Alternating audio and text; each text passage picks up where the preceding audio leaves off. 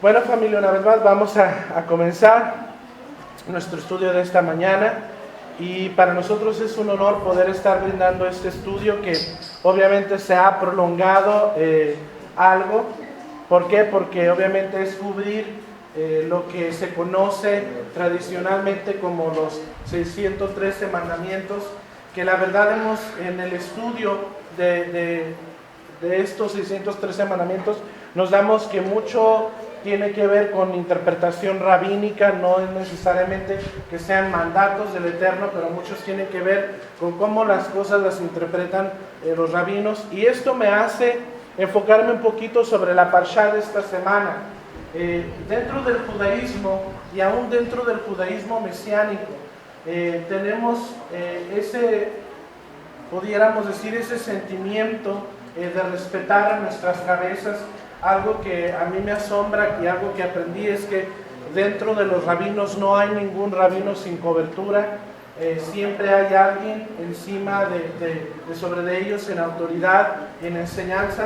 Y vemos esto en el espíritu de Korah, de Coré, cuando él viene y dice: te has pasado, literalmente le dice a Moisés: te pasaste, eres demasiado. ¿Acaso tú solo eres el que puede gobernar sobre los hijos de Israel? Y a mí me asombra la humildad de Moisés, porque él sabía quién era. Él había estado delante de la presencia del Eterno. Él vio cómo Adonai con fuego escribió las tablas de la Torá, y aún sabiendo quién era él, no se exaltó y dijo: yo soy Moshe, hijo de Leví, yo soy el líder de Israel. Él no hizo eso. Dice la palabra que él se postró y puso su cara en la tierra y dijo: mañana Adonai decidirá quién es el líder. Después vemos esto con Absalón, este hijo de David que se levanta contra su propio padre. Dice: ¿reinará solo él? Y usa una táctica muy peligrosa: si yo fuere rey, empezaba a decir Absalón, a levantarse en contra de su padre. Y vemos cómo desafortunadamente, hermanos, este espíritu de rebeldía en contra de los que Adonai ha escogido para dirigir, siempre vemos perdición y muerte. Y nuestra postura siempre debe de ser que cuando a veces no estemos de acuerdo, cuando a veces no vayamos en la misma página con nuestro líder, nuestra mejor postura es callar y orar por ellos. ¿Por qué? Porque últimamente, por ser guiados por el Espíritu de Dios, Adonai les va a dar el entendimiento y la sabiduría. Y Adonai requiere obediencia y sumisión de nosotros. Desafortunadamente, a veces eso es lo más difícil, someternos a nuestros líderes. Y entendemos, hermanos, que a veces los rabinos han interpretado ciertas cosas, incluso algo que vamos a hacer terminando este estudio de Haderech Mitzvot. Después de que veamos los 613 mandamientos en cuanto a la Torá, después vamos a ver lo que consideramos halajá judío-mesiánica. Halajá hemos explicado que es ley rabínica. Y usted me va a decir: ah, caray, ¿hay halajá judío-mesiánica? Sí. ¿Sabe quién le puso? Rab Shaul. Rab Shaul puso muchas cosas que el cuerpo de creyentes hasta el día siguen hoy y no están en la Torá, pero son instrucción rabínica. Como el hecho de mantener a las vidas, como el hecho de, por ejemplo, en cuanto a la cobertura, cuando se debatía si el hombre debía de cubrirse o no con ciertos velos, llega Rab Shaul y aclara las cosas. Entonces vamos a estar viendo, y hoy empezamos con el 252, donde dice: apartarás el teruma gedola. ¿Qué es el teruma gedola? El teruma gedola era el diezmo para el sacerdote. Esto ya lo hemos aclarado muchas veces, que el diezmo que muchos lugares o muchas congregaciones aplican en nuestros tiempos no es bíblico, porque el diezmo es para el templo y para los levitas. Incluso la Torá es muy clara y dice que el diezmo se da a dos tipos de personas: se da a los levitas y a los pobres. Para ellos está destinado. Entonces, si usted en algún momento, hermanos, usted guarda la 10ª parte de su salario, usted la puede dedicar para ayudar a una persona que está pasando por hambre. Y eso no se le cuenta como pecado. En muchos lugares reprenden a la gente que no da su diezmo a la congregación. Bueno, no es necesario traerlo a la congregación porque no hay templo, no hay levitas. Dice Deuteronomio capítulo 18, del 1 al 5. Deuteronomio 18, del 1 al 5. Los sacerdotes levitas, es decir, toda la tribu de Leví, no tendrá parte ni heredad en Israel. De las ofrendas quemadas a Adonai y de la heredad de él comerán. No tendrán pues heredad entre sus hermanos. Adonai es su heredad, como él les ha dicho. Y este será el derecho de los sacerdotes, de parte del pueblo, de los que ofrecen en sacrificio, buey o cordero, darán al sacerdote la espaldilla, las quijadas y el cuajar, las primicias de tu grano, de tu vino y de tu aceite, las primicias de tu lana, de tus ovejas le darás, porque le ha escogido Adonai tu Dios de entre todas las tribus, para administrar en el nombre de Adonai, él y sus hijos, para siempre. Entonces, hermano, yo no me he hecho un estudio de ADN, entonces no sé si soy levita y no me lo voy a hacer porque lo más probable es que no sea, o sí me lo debería de ir a hacer, ¿verdad? No, en sí, hermanos, el diezmo son para los levitas y ahorita no hay levitas en función porque no hay templo, por ende no podemos demandar el diezmo del pueblo. Si alguien quiere dar, si alguien siente en su corazón dar, eso viene de su corazón y no lo reprendemos. Porque cuando nosotros privamos a alguien de dar, le estamos robando la bendición de dar. Pero nosotros no lo podemos demandar con esa autoridad, porque el diezmo es para el templo y para los levitas. 253. El levita separará la 10ª parte de su diezmo. Aún los levitas, hermanos, estaban ordenados a diezmar. Números 18, 26. Así hablarás a los levitas y les dirás: cuando toméis de los hijos de Israel los diezmos que os he dado de ellos por vuestra heredad. Y cabe notar, hermanos, que es la herencia de los hijos de Leví. Les pertenece a ellos. Vosotros presentaréis de ello en ofrenda mecida a Adonai el diezmo de los diezmos. Después de que los israelitas daban el diezmo para la manutención de los levitas, que eran los que servían el templo, después ellos tomaban la 10ª parte de eso y se lo ofrecían en sacrificio a Adonai. Nadie se perdía de darle a Adonai lo que es de él. Una pregunta surgió entre semana que no pude contestar, basado en el versículo donde dice que maldito soy si no traemos el diezmo al alfolí. Muchos lugares desafortunadamente usan esa escritura para decir que si uno no diezma está en maldición. El alfolí, hermanos, era una recámara, era algo como este lugar, un almacén donde se almacenaban los granos y los diezmos que el pueblo traía. Pero esto era al templo. Entonces, hermanos, si una persona, en ese tiempo no traía el diezmo de su tierra, sí caía maldición sobre de ellos. Porque en ese tiempo estaba el templo, estaba el sistema levítico y el pueblo le era requerido diezmar. En nuestros templos, perdón por ser tan constante en esto, pero volvemos a lo mismo, hoy no hay templo.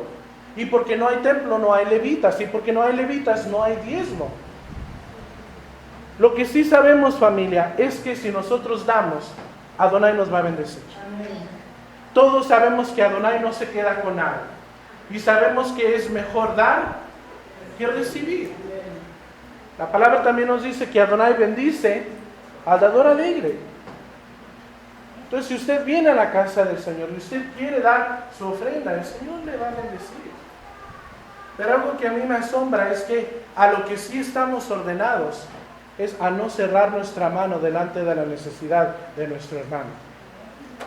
Ahí yo sí le puedo llamar la atención a usted con todo derecho.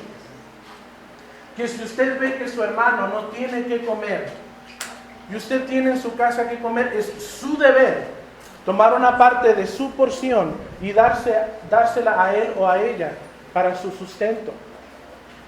Si usted ve que su hermano está batallando, es su deber abrir su mano y bendecirle.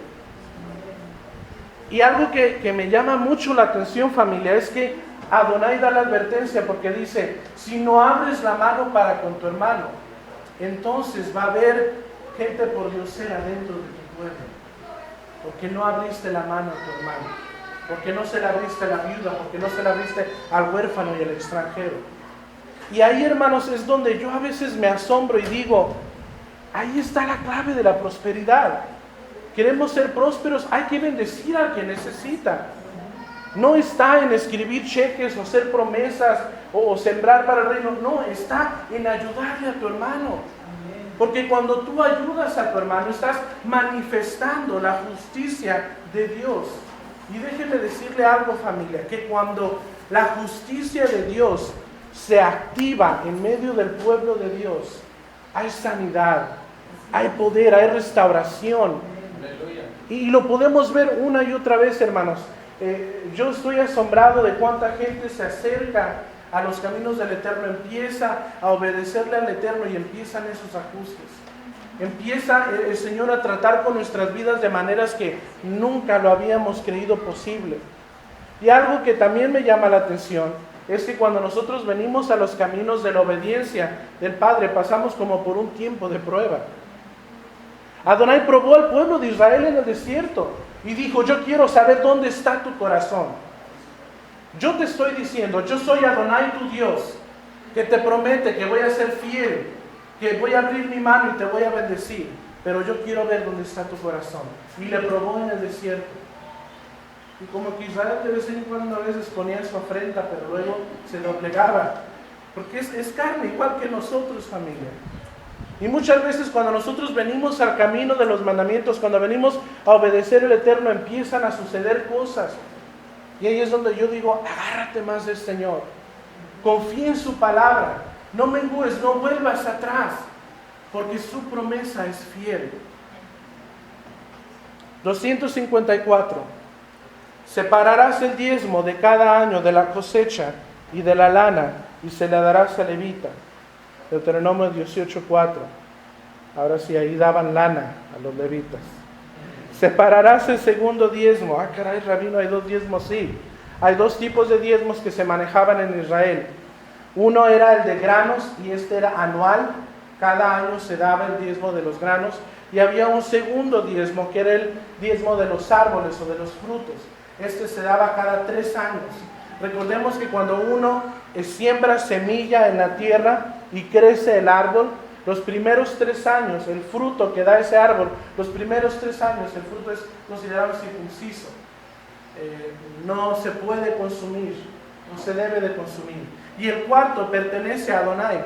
Entonces cada 3 años la gente que ya estaba lista para diezmar de sus manzanas, de sus limones, de sus granadas, de sus duraznos, traía todo esto, porque era el segundo diezmo cada 3 años, por la secuencia del tiempo.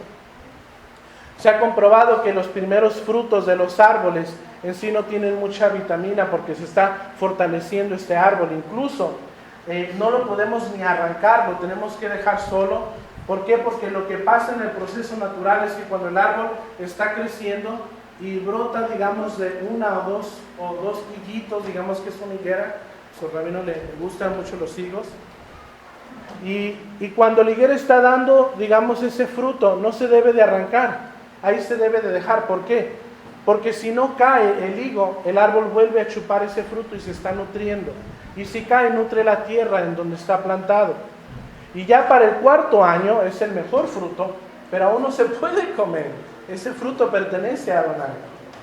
Ya para el 5º nosotros podemos gozar de él. Para esto el 5º fruto ya es uno lleno de minerales, de mucha vitamina y pues obviamente más rico el fruto.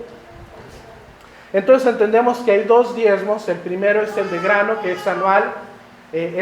Acordémonos de nuestras fiestas en Pesaj, empieza el trigo, en Shavuot la cebada. Estas eran ofrendas que se daban anualmente. Y después el segundo diezmo, que es el de los árboles. 256. Separás la porción de la harina para el sacerdote. Esto está en Números 15, del 18 al 21. Hay una tradición muy preciosa. Antiguamente, cuando el pueblo de Israel empezaba a amasar, digamos ahí cuando nuestra hermana Rosalía va a hacer tortillas de harina, si estuviéramos en el tiempo de los israelitas, tenían que apartar una parte de esa masa y llevárselo a los levitas como diezmo. y ellos ya de eso se cocían pan y comían junto con las espaldillas y con todas las partes que les pertenecían de los diezmos. Y ahora, simbólicamente, cuando las mujeres hacen jalá, entendemos que no hay quien entregarle esa porción de masa. Entonces, simbólicamente, las mujeres pellizcan un poquito de esa harina y la echan al horno donde van a hacer el jalá y dejan que se consuma. Y simbólicamente le ofrecen la ofrenda a Adonai. Es algo muy bonito. Esto se llama lehafrish jalá, o la ofrenda de la masa. Y en nuestra casa sabemos cuando se está haciendo jalá porque se empieza a quemar esa bolita de harina en el horno y pues empieza a oler a pan toda la casa, y después empieza a oler a quemado y nos preocupamos y corremos, no es la ofrenda. No hay que preocuparnos, pero sigue esta tradición tan preciosa. Y compartíamos anoche, no sé cuántos de ustedes supieron de este proyecto, pero en África del Sur hubo una comunidad judía. En el sur de África hay muchos judíos de descendencia inglesa, y hubo un rabino que se preocupó por su comunidad. La mayoría de ellos eran judíos seculares, tienen sinagogas inmensas que edificaron cuando recién llegaron a colonizar el sur de África, pero pasando las generaciones pues se fueron haciendo muy seculares, pararon de congregarse y tenían sinagogas inmensas con 3, 4 personas. Y este rabino dijo, vamos a hacer el proyecto Shabbat, que todos los judíos en África del Sur guarden un Shabbat, uno de todo el año, pero que lo guarden bien. Y fue algo impresionante porque no importaba denominación o tipo de cultura. Si eras judío y querías guardar Shabbat, te unías a este proyecto. Creo que en el primer proyecto, si no me equivoco, fueron más de 18,000 personas que guardaron Shabbat. Y abrieron, la esposa del rabino abrió un taller y dijo, el jueves vamos a hacer la masa de jalá para que ustedes la horneen el viernes. Y se juntaron creo que fueron más de 3,000 mujeres en un lugar para hacer jalá. Y era algo tan precioso porque había mujeres ya muy ancianas que habían practicado el hacer jalá, y mientras estaban amasando aquello estaban llorando y acordándose del privilegio que es de mujer el poder traer pan a la mesa y de poder sembrar en él el amor y poder traerlo a la mesa para sustentar nuestras casas. Y cuando vi esto yo dije, ¿por qué no hacer un proyecto Shabbat de nuestra ciudad? Sería algo muy fascinante. 257. Separarás las primicias y las llevarás al templo. Vuelve a recalcar, al templo de Jerusalén. Nosotros no somos el templo, somos la sinagoga.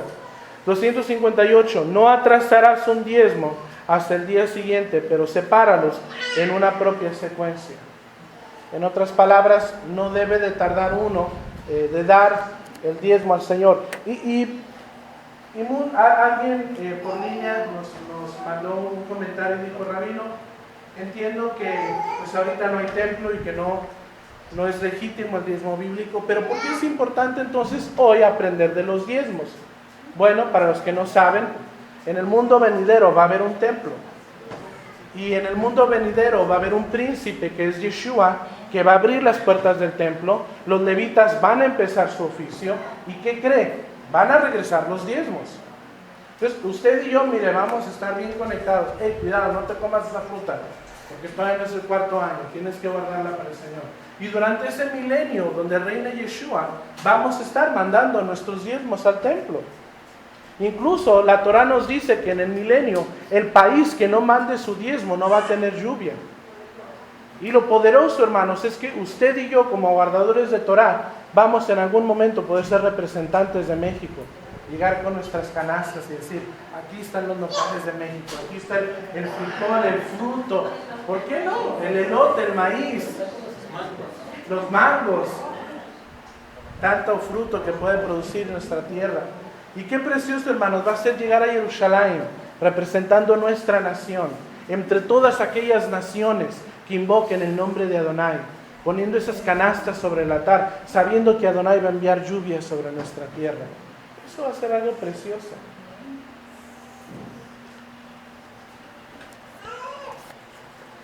$259. Un no sacerdote no comerá de teruma. Los que no son levitas no pueden comer del diezmo.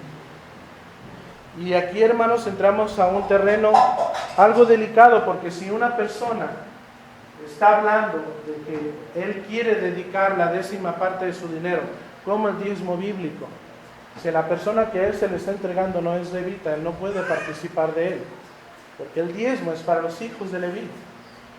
Un jornalero ni un huésped de un sacerdote puede comer teruma o tomar provecho de él. Entonces, si el sacerdote tenía un criado en su casa y él traía la carne de la ofrenda, ni el jornalero ni el que le visitaba podía participar. Esa comida era sagrada, pertenecía solo a los hijos de Leví. Un sacerdote impuro no comerá teruma. También si el sacerdote estaba impuro, había tocado un muerto, había tocado un animal muerto que es inmundo o estaba en inmundicia, en ese momento no podía comer de las ofrendas hasta que ritualmente se purificara con agua. Un bastardo no puede comer teruma. Levíticos del 22 al 4 del 12. Un sacerdote no circuncidado no comerá de los diezmos del sacerdocio o de teruma. Éxodo 12, 48. No se utilizará el segundo diezmo, hablamos que el segundo diezmo es el diezmo de los árboles, en luto ni para ofrecerlo a los muertos. ¿Qué quiere decir esto, hermanos? En tiempos antiguos la gente tenía la tradición que cuando alguien moría ellos daban ofrendas por memoria de los muertos. Adonai prohíbe que esto se haga, especialmente con los diezmos de los levitas, no se puede. No comerás el segundo diezmo, o sea, el fruto de los árboles, mientras estés impuro. Un hombre no comerá el segundo diezmo el primer día. No comerás los granos del diezmo fuera de Jerusalén. La persona tenía que traer, si lo iba a consumir, lo tenía que consumir dentro del templo con el levita y tenía que ser no fuera de Jerusalén. No comerás frutos de viñedo del diezmo fuera de Jerusalén. No comerás aceite del diezmo fuera de Jerusalén. No comerán los sacerdotes las primicias fuera de Jerusalén. Obviamente entendemos, hay otro mandato que dice que si la persona no podía enviar su diezmo, entonces vendía aquel diezmo y enviaba el dinero a Jerusalén a los levitas. Eso también era aceptable. Las cosechas del 4º año serán totalmente para fines sagrados, como el primer diezmo. O sea que ya los frutos de los árboles, que eran del 5º año, no podían utilizarse para cualquier otro uso, eran solo para uso sagrado. 272. Leerás la confesión de diezmos cada 4º y 7º año cuando traían las ofrendas. Leerás el pasaje de la Torá que se refiere a su presentación. Cuando el pueblo de Israel traía sus ofrendas al templo, ellos recitaban esta oración que se encuentra en Deuteronomio 26 del 5 al 10, que dice: entonces hablarás y dirás delante de Adonai tu Dios: un arameo a punto de perecer fue mi padre, el cual descendió a Egipto y habitó allí con pocos hombres, y allí creció y llegó a ser una nación grande, fuerte y numerosa. Y los egipcios nos maltrataron y nos afligieron y pusieron sobre nosotros dura servidumbre. Y clamamos a Adonai, el Dios de nuestros padres, y Adonai oyó nuestra voz y vio nuestra aflicción, nuestro trabajo y nuestra opresión, y Adonai nos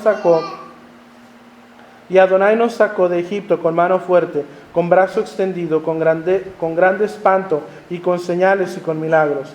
Y nos trajo a este lugar y nos dio esta tierra que fluye leche y miel. Y ahora he aquí he traído las primicias del fruto de la tierra que me diste, oh Adonai. Y lo dejarás delante de Adonai tu Dios y adorarás delante de Adonai tu Dios. Cada vez que los israelitas traían ofrenda, declaraban esta oración y traían sus frutos. Y muchos se preguntan por qué tenían que declarar ellos todo este relato. Porque Adonai le sigue recordando al pueblo de Israel: yo fui el que saqué a tus padres de la esclavitud. Yo fui el que te redimí, el que te hice un pueblo diferente a las demás naciones. Y por ende tú me estás trayendo estas primicias. Incluso, hermanos, en sí el espíritu del diezmo, el sentimiento del diezmo, no está hilado necesariamente a lo financiero. Las naciones que no creen en Adonai no están obligadas a diezmar. Por ende, se pierden la bendición del diezmo. Pero ¿por qué Israel? ¿Por qué los que guardan Torah? Y en este caso ya no nomás solo Israel, sino las naciones o los extranjeros. ¿Por qué dar el diezmo? Y más en el mundo venidero. Porque en sí, hermanos, nosotros venimos a ser las primicias del Eterno. Nosotros somos aquellos que han sido redimidos por medio de su sangre, por medio de su pacto. Darán la espaldilla, las 2 quijadas y el cuajal de los animales sacrificados al sacerdote. Dará las primicias del esquileo de las ovejas al sacerdote. Redimirás a los hijos primogénitos y darás el dinero al sacerdote. Esta tradición se sigue haciendo hoy, aunque ya no hay templos, porque los rabinos interpretaron que para esto no se necesitaba el templo. Entonces hay gente que lo sigue haciendo. El ritual se llama Pidyon Ha'aben, que quiere decir redimir a los primogénitos. Y la ceremonia es muy sencilla. Para empezar se necesita un Kohanim, a un hijo de Aarón. Nosotros tenemos ese privilegio porque tenemos a nuestro rabino, el rabino Barney Kazdan desciende de la tribu de Aarón. Entonces cuando una mujer abre matriz y da a luz un varón, casi siempre pagan $7 de plata, que es una moneda que se maneja en Estados Unidos. En Israel también se daban la ofrenda de monedas de plata y se redimen. ¿Por qué, hermanos? Porque antiguamente los que iban a ser los sacerdotes iban a ser los primogénitos de cada casa. Pero cuando llegó el pecado del becerro del oro, dice la Escritura que Leví se apartó de entre todas las tribus y no quiso participar de ese pecado. Y desde ahí Adonai consideró a los levitas aptos para ser sus sacerdotes. Y por eso cada primogénito tenía que redimirse y pagar por el lugar que el levita había tomado en su lugar. ¿Y por qué los primogénitos iban a ser sacerdotes? Por la paga de los hijos de Egipto. Créanlo o no, aunque la muerte de los primogénitos de Egipto fue una señal y una paga para librar al pueblo del Señor, el hecho de tomar los primogénitos de Israel como sacerdotes era para redimir la muerte de los primogénitos de Egipto. Y eso lo vemos en cada Pesaj, que cuando nosotros vamos enumerando las plagas que Adonai puso sobre Egipto, nosotros disminuimos el nivel de vino que hay en nuestra copa. Porque aun cuando Adonai azotó a nuestros enemigos, no es nuestro deber gozarnos de ello. Porque esto es triste, es difícil ver a alguien sufrir, aun cuando sea por causa de la justicia, no nos debemos de gozar. También redimirás al asno, el primer nacido, dando una oveja al sacerdote. Los asnos no podían sacrificarse, por ende dabas una oveja por el primogénito. Y si la persona no quería hacerlo, entonces se tenía que matar al animal. Se tenía que desnucar a aquel asno y ya no podía servir para su función de carga. Harás descansar la tierra durante el 7º año, no haciendo trabajo alguno para fomentar el crecimiento. Dejarás todo producto que ha crecido en ese año. No trabajarás la tierra durante el 7º año, no trabajarás con árboles para producir frutos durante ese año, hablando del 7º. No cosecharás la cosecha que crece sin haber sido sembrada de manera normal. No vendimiarás las uvas que crecen sin haber sido podadas de manera normal. A mí me asombró, me dio un poquito de risa. En Israel siguen la costumbre de cada 7 años dejar la tierra reposar. Y esto era porque Adonai quería comprobarles que aun cuando ellos dejaran la tierra reposar, Él los iba a seguir manteniendo, porque la Escritura nos dice que si ellos guardaban los mandamientos del Señor, la vendimia los iba a alcanzar y el fruto de otros años apenas iban a estar tomando el fruto de un año, cuando el del otro año ya iba a estar detrás de ellos. O sea que nunca iban a necesitar, siempre iba a haber comida en el pueblo por la obediencia al Señor. Pero desafortunadamente en nuestros tiempos el hombre tiene un corazón muy duro, y en Israel lo que hacen es cada 7 años dejan descansar la tierra, pero luego ponen arriba de la misma tierra un tipo como de cápsulas de gel donde se puede plantar. Entonces siguen plantando, no en la tierra, pero siguen plantando. Y los rabinos dicen, bueno, eso no es el fin es confiar en Adonai y en su provisión, porque estamos entendiendo que si somos obedientes, Él va a proveer nuestras necesidades. El Senadrín, hablando de este grupo de personas que eran parte del templo, deberá contar 7 cupos de 7 años. El Sanedrín deberá santificar el año 50, esta habla del año de jubileo. Tocarás el shofar en el día 10 de Tishri para liberar a los esclavos. Esto es en el año de jubileo. Cada 50 años se proclamaba en Israel, antiguamente el año de jubileo, se dejaba ir a los presos, en este caso se perdonaban las deudas, así como en Shavuot cada 50 días se celebra Shavuot, cada 50 años se celebraba el año de jubileo. Aparte de esto, también había un año que era el séptimo año, cada 7 años también se hacía esto. En el mandamiento de 288 dice: perdonarás todos los préstamos durante el séptimo año. No presionarás al que has prestado, ni se lo reclamarás. No resistirás a prestar inmediatamente antes de perdonar los préstamos por medio de perder dinero. Recuerdo una vez que una persona vino a nosotros y dijo: Rabino, tengo una persona que me debe una cantidad muy fuerte de dinero, pero la Torah dice que no le debo de cobrar. ¿Qué es lo que hago? Yo necesito ese dinero. Y inmediatamente la respuesta fue: ¿es goim o es creyente? Es goim, tienes derecho de cobrar. ¿Por qué? Porque tu hermano debe de tener la responsabilidad de decir: le tengo que pagar. Y si no tengo manera de pagarle, tengo que buscar la manera, servirle, ayudarle, pero tengo que buscar la manera. Desafortunadamente el goim, el que está fuera de la voluntad de Dios, no ve esto con madurez y dice: a ver que le haga como le haga. Pero dentro del pueblo del Señor debe haber la misma sensatez, así como no presionar a tu hermano para cobrarle un préstamo. Igual por el otro lado debe de haber la mentalidad de que si no le puedes pagar, entonces mejor no pidas prestado. Incluso, hermano, muchas de las posturas que han tomado las congregaciones judío-mesiánicas y que su servidor la ha tomado, es que cuando una persona viene a mí y me dice: Rabino, yo estoy en necesidad, necesito que me preste $500 porque tengo que salir de un problema. Yo, para no hacer de mi hermano un esclavo, yo prefiero decirle: mira, no te voy a prestar 500, pero te doy 100. Porque al dártelos, tú quedas libre. Y si tengo la posibilidad de darte más, le daría más, porque yo sé que Adonai me va a bendecir. Pero así a la persona tú no le esclavizas, porque desafortunadamente a la persona a quien se le debe, se vuelve su amo. El libro de Proverbios dice esto.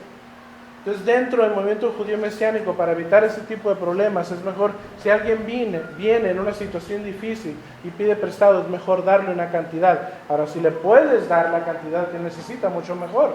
La Torah nos dice que no cerremos nuestra mano. Pero también entendemos que a veces esto no es fácil, pero podemos bendecir de una manera u otra. Deuteronomio 15, del 2 al 9, habla de perdonar en el año de remisión, que es el séptimo año. Dice: cada 7 años harás remisión, y esta es la manera de la remisión. Perdonará a su deudor todo el que hizo empréstito, de su mano, con el cual obligó a su prójimo. No lo demandará más a su prójimo o a su hermano, porque es pregonada la remisión de Adonai. Del extranjero demandarás el reintegro, pero lo que tu hermano tuviere tuyo, lo perdonará tu mano, para que así no haya en medio de ti mendigo. Impresionante. Porque Adonai te bendecirá con abundancia en la tierra que Adonai tu Dios te da por heredad, para que la tomes en posesión. Si escuchares fielmente la voz de Adonai tu Dios, para guardar y cumplir todos estos mandamientos que yo te he ordenado hoy, ya que Adonai tu Dios te habrá bendecido, como te ha dicho, prestarás entonces a muchas naciones, mas tú no tomarás prestado. Tendrás dominio sobre muchas naciones, pero sobre ti no tendrán dominio. Yo he oído esta escritura mal aplicarse tantas veces. Si ustedes dan sus diezmos, no le van a pedir prestado a nadie. La Torah no dice eso. La Torah dice: Adonai te va a bendecir si tú bendices a tu hermano. Ahí está la clave, hermanos, de ser realmente ricos y abundantes, el no cerrar nuestra mano y el de bendecir a nuestro prójimo. Versículo 7. Cuando haya en medio de ti menesteroso de alguno de tus hermanos, aclaramos, de uno de tus hermanos, en alguna de tus ciudades, en la tierra que Adonai tu Dios te da, no endurecerás tu corazón, ni cerrarás tu mano contra tu hermano pobre, sino abrirás a él tu mano liberalmente, y en efecto le prestarás lo que necesite. Guárdate de tener en tu corazón pensamiento perverso diciendo: no, pues este me está pidiendo prestado porque ya viene el año de remisión y le voy a tener que perdonar. Cerca está el año séptimo, el de remisión, y mires con malos ojos a tu hermano menesteroso, para no darle, porque él podrá clamar contra ti a Adonai, y se te contará por pecado. Esto está tremendo, hermanos. Si nuestro hermano viene a nosotros con una necesidad y nosotros tenemos la posibilidad de ayudarle y no lo hacemos, nos cuenta por pecado. Y algo que me llama la atención es que aquí está hablando de nuestros hermanos. Aquí no está hablando de los goín, de los de afuera. Y quiero aclarar algo. Esto no quiere decir, hermanos, que nosotros seamos gente elitista y nos queramos nomás encerrar en nuestras cuatro paredes, pero algo que yo he aprendido dentro de este caminar es que primero están los de casa. Primero son los míos, nuestra comunidad, y después los de afuera. Así debe de ser. Primero está ver por los de nuestra familia, por nuestra casa, por los de nuestra comunidad, y después por los de afuera. No estamos en contra de ayudar a gente que está en necesidad, pero primero hay que ver las necesidades de nuestra casa. Porque si nosotros no podemos ver por los nuestros, ¿cómo vamos a ver por el resto del mundo? Primero tenemos que estar estables nosotros para poder bendecir. Incluso si vamos un poquito atrás, en el versículo 5, dice: si escuchares fielmente a la voz de Adonai tu Dios, para guardar y cumplir todos estos mandamientos que yo te mando hoy, ya que Adonai tu Dios te habrá bendecido. Fíjese cómo está ahí la bendición ya. Adonai ya te bendijo. Si ya guardaste los mandamientos, si ya fuiste fiel a tu palabra, Adonai ya te bendice, como te ha dicho. Y Adonai no es un Dios que se retrae en su palabra. Él habla y cumple. Prestarás entonces a muchas naciones, mas tú no tomarás prestado. Tendrás dominio sobre muchas naciones, pero sobre ti no tendrán dominio. La clave, hermanos, está en ser de bendición para nuestro hermano. 291. No trabajará la tierra durante el año 50, el año del jubileo. No cosechará lo que crezca por sí solo en el año 50. Esto pertenece a la viuda, al huérfano, al extranjero. No vendimiarás lo que ha crecido sin podar durante el año 50. Observarás las leyes de las propiedades de la familia que han sido vendidas. No venderás tierra en Israel por perpetuidad. Observarás las leyes respecto a las casas en las ciudades amuralladas. Estos son mandatos y leyes en cuanto a lo que eran los terrenos y las casas. Desafortunadamente en nuestro tiempo Israel es un país moderno. Volvemos al mismo punto, hermanos. Mucho tiene que ver con el hecho de que no hay templo en nuestros días. Si hubiera templo, hubiera un senadrín, hubiera un sumo sacerdote que pudiera contar los 50 años. Pero tradicionalmente en la tierra de Israel no se debe de vender la tierra a perpetuidad. ¿Por qué? Porque la tierra de Israel es herencia de los hijos de Israel y pertenece a ellos. Entonces cuando una persona vendía su tierra era casi como prestarla, porque la vendía contando cuánto tiempo faltaba para el tiempo de remisión. Y eso era lo que costaba la tierra. Si faltaba menos, costaba menos. Si faltaba más tiempo para el año de remisión, entonces costaba más. Pero siempre regresaba a su dueño. ¿Y por qué? Porque esta era una manera en que la gente podía salir de un apuro económico, pero no perdía su heredad. No perdía su pedazo de tierra. No había en cierta manera pobreza dentro del pueblo. Capítulo 25, del 23 al 29 del libro de Levíticos dice: la tierra no se venderá a perpetuidad, porque la tierra mía es, pues vosotros forasteros y extranjeros sois para conmigo. Por tanto, en toda la tierra de vuestra posesión otorgaréis rescate a la tierra. Cuando tu hermano emproveciere y vendiere algo de su posesión, Entonces su pariente más próximo vendrá y rescatará lo que su hermano hubiere vendido. Y cuando el hombre no tuviere rescatador y consiguiere lo suficiente para el rescate, entonces contará 2 años desde que vendió y pagará lo que quedare al varón a quien vendió y lo volverá a su posesión. Mas si no consiguiere lo suficiente para que se devuelva lo que vendió, estará en poder de lo que lo compró hasta el año del jubileo. Y el jubileo saldrá y él volverá a su posesión. El varón que vendiere casa de habitación en ciudad amurallada tendrá facultad de redimirla hasta el término de 1 año de la venta. 1 año será el término del poderse redimir. Esto quiere decir que si se vendía una casa dentro de una ciudad amurallada, solo tenía 1 año para poder redimirla. Ya después de ahí ya pertenecía a la persona que la compró. Pero ya si no era, si estaba en el campo, el terreno, entonces sí se podía redimir. Y muchos se hacen la pregunta, ¿qué tipificación o qué importancia tiene esto a nivel de lo espiritual?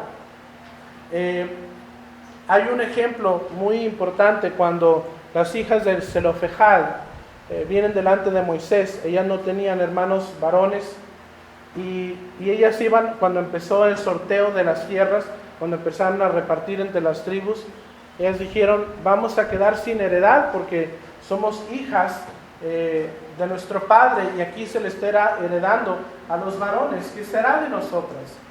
Y Moisés dijo, no sé, déjame consultar al Eterno.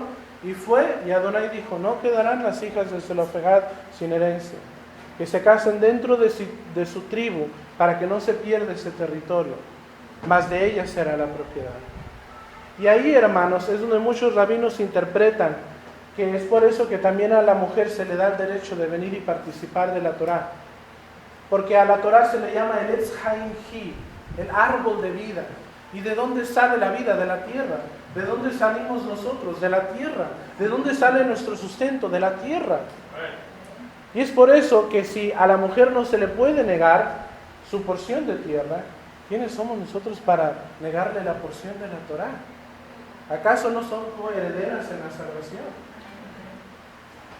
Y es algo muy precioso, hermanos, porque la Torá tipifica y simboliza casi la tierra al mismo nivel de la Torá. Si podemos gozar de las bendiciones de la tierra, podemos gozar de las bendiciones de su palabra. Demos gracias en esta mañana.